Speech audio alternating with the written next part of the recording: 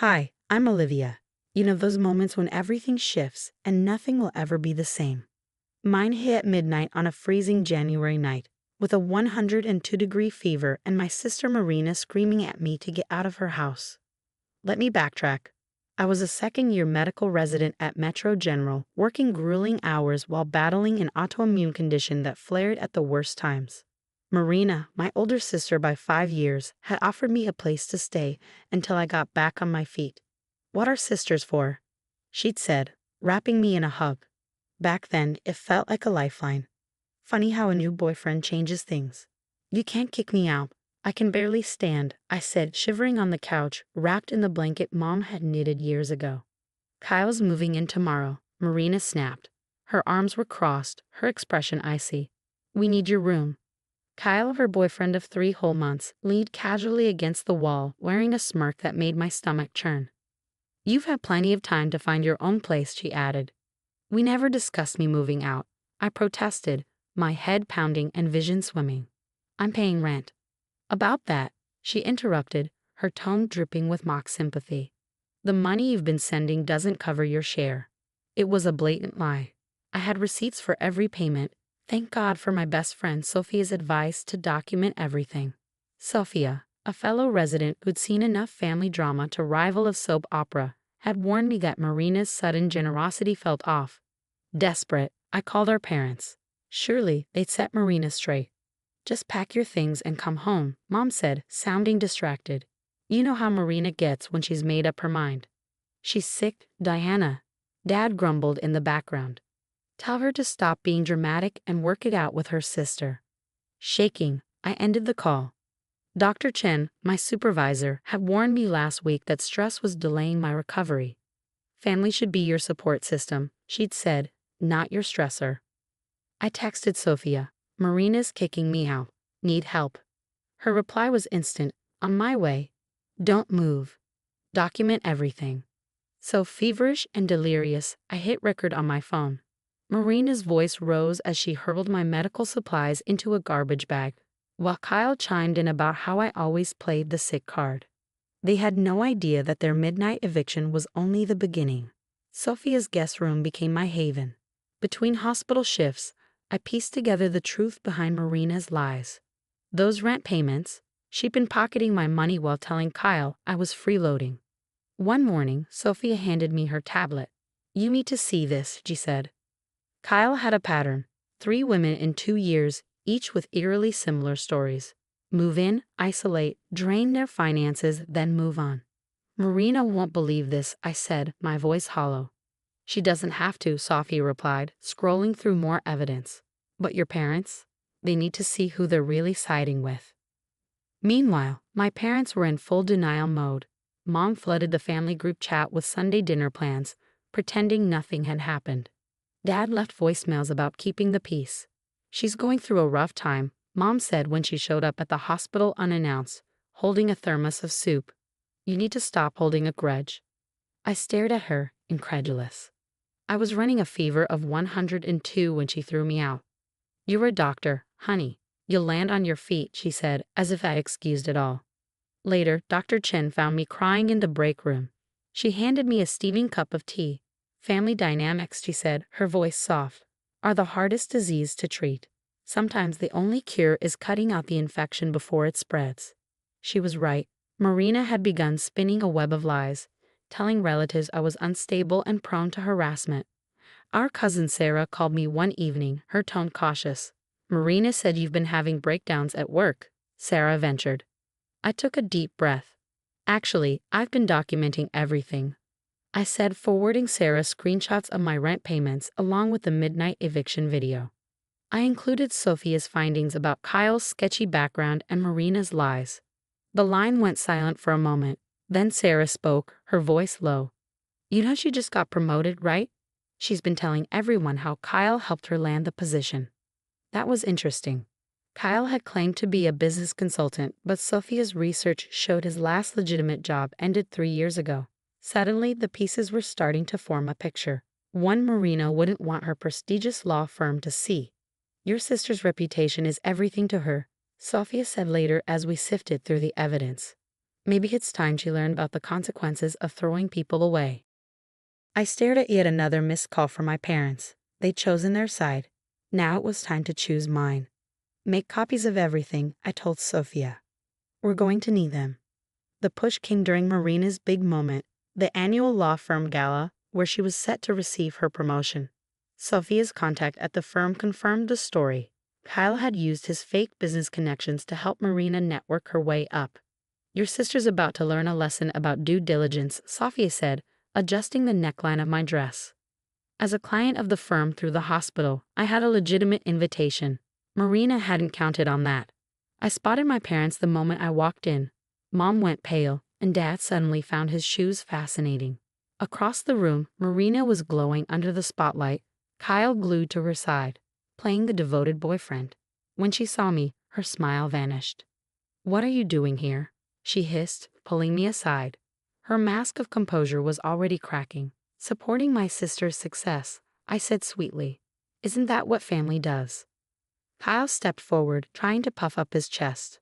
I turned to him, my smile razor sharp. "Actually, Kyle, I'd love to hear more about your consulting work. Especially with Bradbury Corp. Wasn't that right before they filed for bankruptcy?" His face turned an impressive shade of gray. Bradbury Corp. wasn't just a random name. It was one of his previous scams. Marina's law firm was handling the bankruptcy case. "You need to leave," Marina said, her voice shaking. "You're just jealous of my success." "Success built on what?" I shot back. "Kyle's fake references or the money you stole from me?" The managing partner chose that exact moment to approach. "Olivia, Dr. Chen speaks highly of you. I didn't realize you were Marina's sister." Marina's grip on her champagne flute tightened as I smiled at him.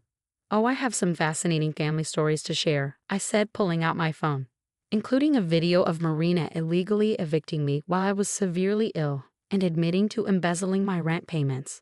"You wouldn't dare," Marina hissed. "Try me." I turned to Kyle. "And those women from Bradbury Corp send their regards. They're very interested in your consulting ventures." The next 10 minutes were pure chaos. Kyle, proving himself every bit the coward Sophia's background check suggested, tried to slip out the door. Security intercepted him. He was already wanted for questioning in the Bradbury case. Marina's meltdown was spectacular, her screams echoing through the hall as guests filmed every second on their phones. Mom's attempts to intervene only worsened the situation. "Marina's behavior is just high spirits," Mom stammered, turning to the managing partner. "Olivia's always been sensitive." "Sensitive?" A familiar voice cut through the chaos. Dr. Chen had arrived, her gaze steely. "You mean the resident who handled a triple trauma case last week while managing a chronic illness? The one your daughter endangered by throwing her out in freezing weather?" The whispers began, spreading like wildfire through the crowd. Marina's carefully constructed facade crumbled. She'd built her reputation on lies, and tonight, every one of them was coming to light. Sometimes karma doesn't wait. Sometimes it just needs a little push. Marina's carefully crafted image dissolved like sugar in the rain. Dad finally looked up from his shoes, the dawning realization in his eyes. But it was far too late for damage control. Sometimes the best revenge isn't about what you do. It's letting the truth take its moment on stage. The aftermath unfolded faster than I could have imagined. Marina's promotion disappeared, just like Kyle, who bolted the moment the police started asking questions about his role in the Bradbury Corp scandal. Her law firm, desperate to distance itself from the fallout, graciously accepted her voluntary resignation. 2 weeks later, I was in the hospital cafeteria when Sophia joined me. "I thought you'd be celebrating," she said, watching me toy with my lunch. I showed her my phone, displaying the latest text from my mom. "You've ruined Marina's life." Sophia snorted. "You didn't ruin anything. Marina did this to herself. The fact that your parents can't see that tells you everything you need to know about moving forward." She was right.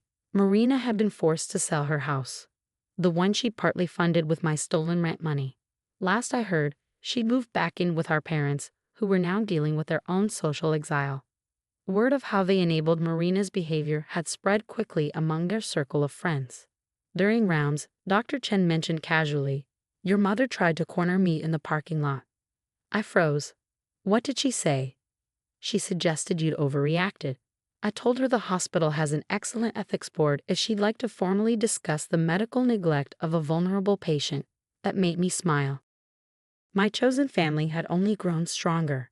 Safia and I signed a lease together last week. Her spare room was now my home. My colleagues, led by Dr. Chen, became my unwavering support system. Even cousin Sarah showed up with moving boxes and takeout. I found these in Marina's stuff, she said, handing me a stack of greeting cards. All the birthday and holiday cards you sent her over the years. She kept every card but didn't care about her actual sister, I said, tossing them into the recycling. Marina's been calling again, Sarah admitted, trying to get people to convince you to help her rebuild her life. She says she's changed. That Kyle manipulated her. I shook my head. Good for her. She can change on her own time. Not long after, my phone buzzed with another text from Dad. Your mother's heartbroken. When are you going to forgive and move forward as a family? I showed the text to Sarah and Safia. Watch this, I said, locking both of their numbers. That evening, Dr. Chen stopped me after my shift. Your latest labs came back, she said with a rare smile. The stress reduction in your life is paying off. Your numbers are the best they've been in months. Funny how removing toxic people can heal you better than any medication. The law firm even sent a card last week renewing their hospital contract. They specifically requested me as their liaison. Apparently, integrity matters to them. Who knew? Marina's last attempt to contact me came in the form of a tear-stained letter filled with excuses and apologies. I didn't read past the first line. Some people mistake forgiveness for permission to hurt you again. I'm a doctor. I took an oath to do no harm. But that also includes not allowing others to harm me. The night they threw me out into the cold taught me everything I needed to know about my family. Now I've built a new one. One rooted in respect, trust, and real love. To anyone watching who's been hurt by family, remember this. You don't owe anyone a place in your life if they show you they don't deserve it. Sometimes the family you choose is the only medicine you'll ever need. The best revenge? Living well and letting karma take care of the rest. What do you think of Olivia's journey? Would you have handled things differently? Share your thoughts in the comments below. If this story resonated with you, don't forget to like, subscribe, and hit the notification bell for more powerful stories about standing up to toxicity and reclaiming your peace. Let's keep supporting each other through the challenges of healing and rebuilding. See you in the next story.